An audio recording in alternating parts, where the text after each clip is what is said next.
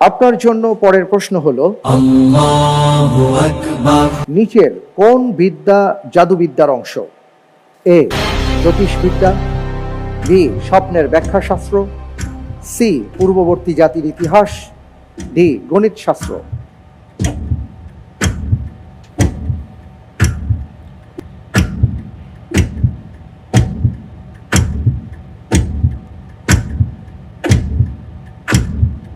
আমি উত্তর হিসেবে বেছে নিচ্ছি এ, জ্যোতিষবিদ্যা।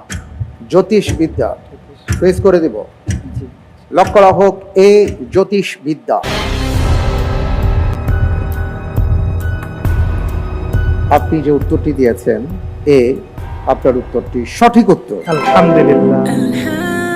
রাসূল সাল্লাল্লাহু আলাইহি ওয়াসাল্লাম বলেছেন, যে ব্যক্তি জ্যোতিষবিদ্যার কিছু অংশ শিক্ষা করলো, সে আসলে জাদুবিদ্যার একটি অংশই যেন শিক্ষা করলো।